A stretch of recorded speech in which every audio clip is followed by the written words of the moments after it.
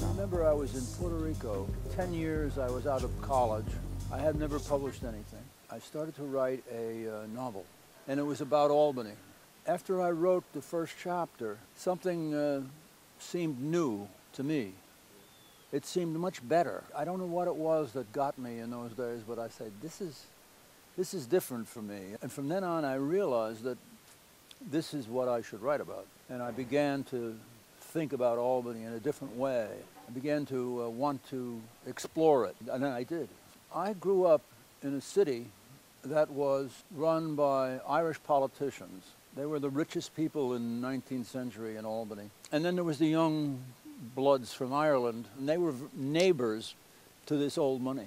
And they went hunting together, and they went cockfighting together, and they were involved in politics, because the old money was always involved in politics. And it was that kind of city that they created, these two groups coming together, that was such a phenomenon of power and consolidation of the great money and the great numbers of voters that just created an organization in 1920 that they took over City Hall, and they never let go. The way they ran the city was to make all illegitimate operations, such as prostitution, such as running beer and booze during Prohibition when it was illegal. All the gambling was run by the politicians. The whole city was, in a large measure, illegal, but it was treated as if it was legal.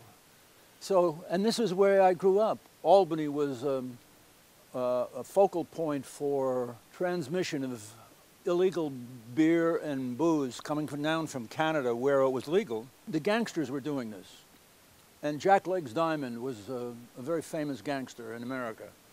And I was going to write about the politics. And as a young newspaper man, I grew up with these guys who knew Jack Legs Diamond. They covered his trials and they interviewed him, and they were wonderful stories. So I said, I'm going to write about Legs Diamond and the politicians.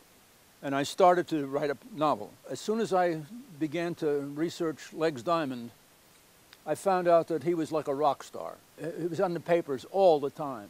And so that culture was there to be written about. And as soon as I started to write about it, the politicians took a back seat. And the gangsters came forward, and I felt I had to write about Legs Diamond. He was much more interesting than the political leaders. And it took me years and years and years to write the political novel. I finally did. It's called Roscoe. But the first novel of this whole historical penetration of my imagination into the history of the city was Legs. I wanted to be a journalist from the time I was in grammar school, and journalism led me into writing, and I began to see that there were very, very good writers in journalism. There were, Hemingway and H.L. Mencken. They influenced me to think more seriously about writing than about journalism. And it took me many years to make the leap and have courage to quit journalism. Hemingway was the classic figure in my life, and Faulkner. Those two writers, so different, and they were both wonderful. I love them both. I learned to imitate them both. The publishing world was very strong in those days, and it seems now very weak. It's diminished by the way the Kindle has come in, for instance. They're just not taking books that will not make any money, and that's what they thought Ironweed was.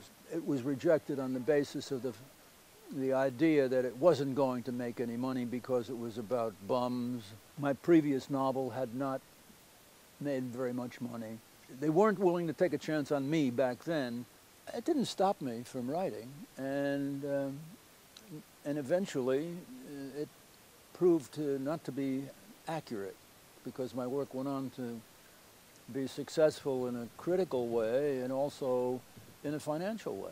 Writers are driven people, and they don't write for the rewards. Writers are people who have something that they have to do, and it comes from within, and It moves whatever is that you've become in directions that only you can decide. In the 60s, I was thinking about becoming a movie director, and I very soon discovered that how silly it was, and I really don't have the temperament or the talent to do it or the education in film. But I did become a film critic, and I did transform myself into a screenwriter at one point when I really needed money. When Ironweed was published, I got invited almost immediately to work with Coppola on the Cotton Club. And then after that, once I was working with Coppola, everybody wanted me to write a screenplay. And I got the options on my novel Legs and my novel Billy Phelan and my novel Ironweed. I didn't have the patience to, or the desire to go on and become a full-time screenwriter. Oh, I've got another novel I'm almost finished with. I've been on it 8 years. It's about the civil rights movement, and it's about the Cuban Revolution, both of which I was very much involved in as a journalist.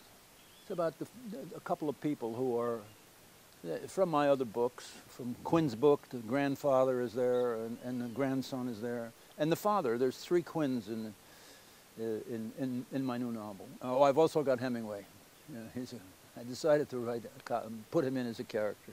And the politics of Albany are still very important. The Irish politicians, they never go away. Got yourself a gun.